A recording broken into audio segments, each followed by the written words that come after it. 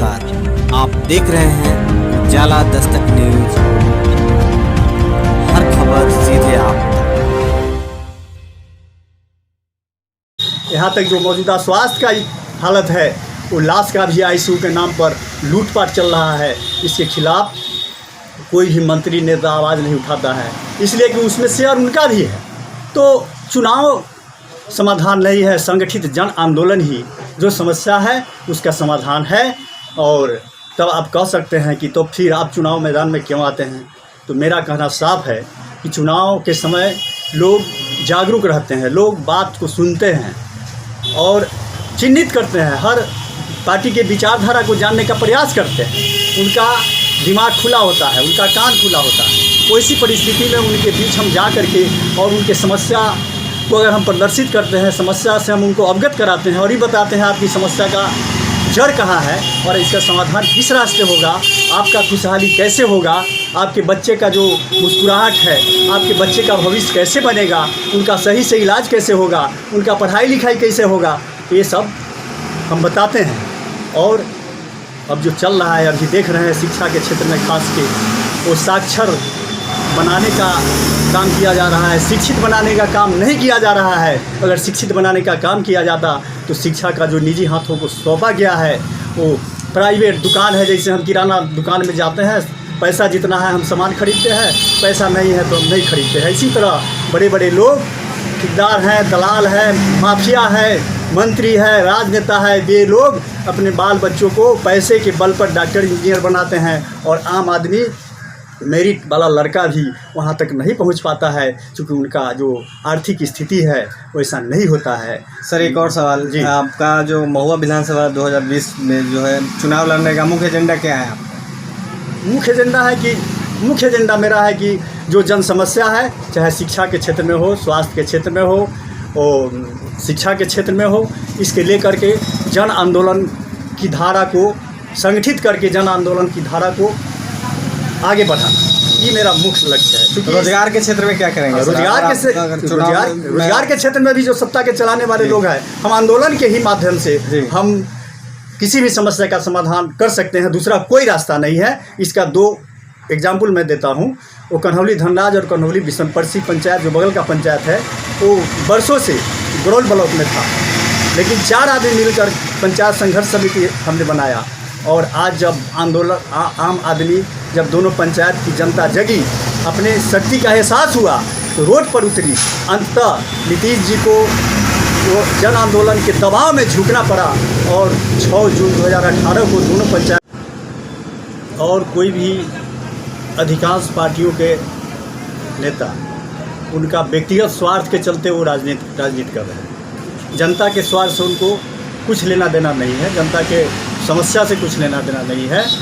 अगर ऐसा होता तो जिस पार्टी में से वे जीत के जाते हैं उस पार्टी में अंतिम दम तक रहते, लेकिन ऐसा नहीं करते हैं। देख रहे हैं कि हमारा टिकट कटने वाला है इस पार्टी में और दूसरे पार्टी में टिकट मिलेगा, मंत्री बन जाएंगे तो चले जाते हैं उसमें। इसका मतलब साफ है कि उनको आम जनता के समस्या से कुछ लेना देना नहीं है।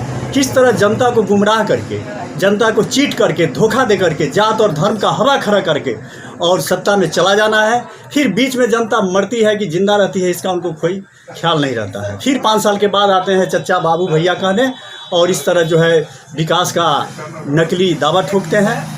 लेकिन चुनाव ख़त्म हो जाता है और फिर ढाल की वही 3 पात, जनता बेचारा के बेचारा रहती है। न उसके कृषि का समस्या का समाधान हो रहा है, न शिक्षा का समस्या का समाधान हो रहा है, न स्वास्थ्य की समस्या का समाधान हो रहा है। आम आदमी का बदहाली दिन बद से बदतर होती जा रही है। बेरोजगारी का बहुत बड़ा फौज खड़ी होती जा रही है। हमारे देश का जो बेरोजगारों की संख्या बढ़ रहा है, लेकिन सरकार क्या कर रही है? वो विकास का दावा ठोकने वाले मोदी सरकार, जिन्होंने कहा था कि 2 करोड़ बेरोजगारों को हम नौकरी देंगे, उल्टे ये सब का छटनी कर रहे हैं। बहुत सारा सरकारी उपक्रम, रेल सहित जो आज तक वो घाटे में नहीं गया, उसको बेचने का काम भी किए हैं और अधिकांश हवाई अड्डा को बेचने का काम किए हैं। अधिकांश सरकारी उपक्रमों को बेचा जा रहा है।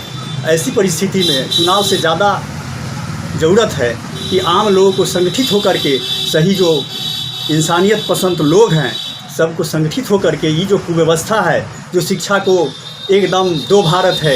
एक आम आदमी के लिए अलग है, खास आदमी के लिए अलग है। आम आदमी के लिए वही सरकारी विद्यालय, वही सरकारी अस्पताल जहाँ न कोई दवा का व्यवस्था है, न कोई इलाज का व्यवस्था है।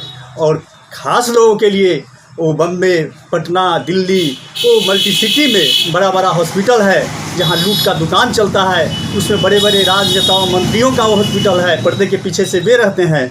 और आम जनता को वहाँ अगर चला जाता है धोखा से तो उसको ज़मीन जायदाद जेवर जेवरात बेच करके वहाँ जाना पड़ता है।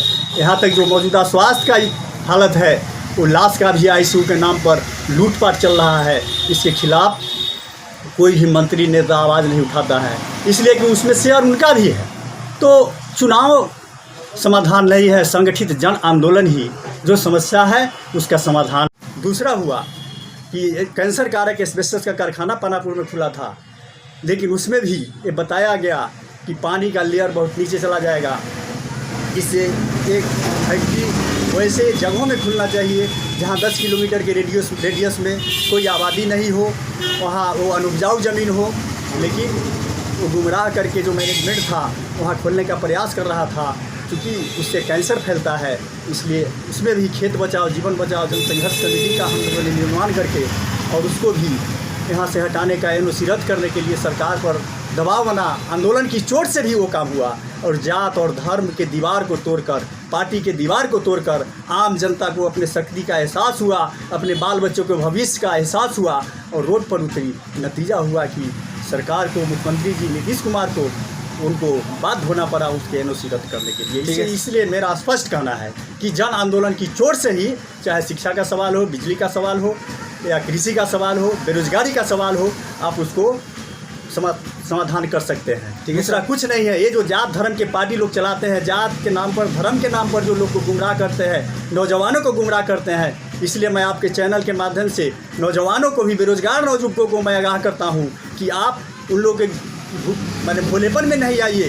वो जो लल्लीपॉप दिखाते हैं, जो आपको प्रलोभन देते हैं, वैसा नहीं, उसमें आप नहीं आइए। आप अपने शक्ति को एहसास कीजिए, अपने शक्ति को पहचानिए और संगठित होइए सही सोच समझ के आधार पर, सही विचारधारा के आधार पर, तो आपके समस्या का समाधान होगा।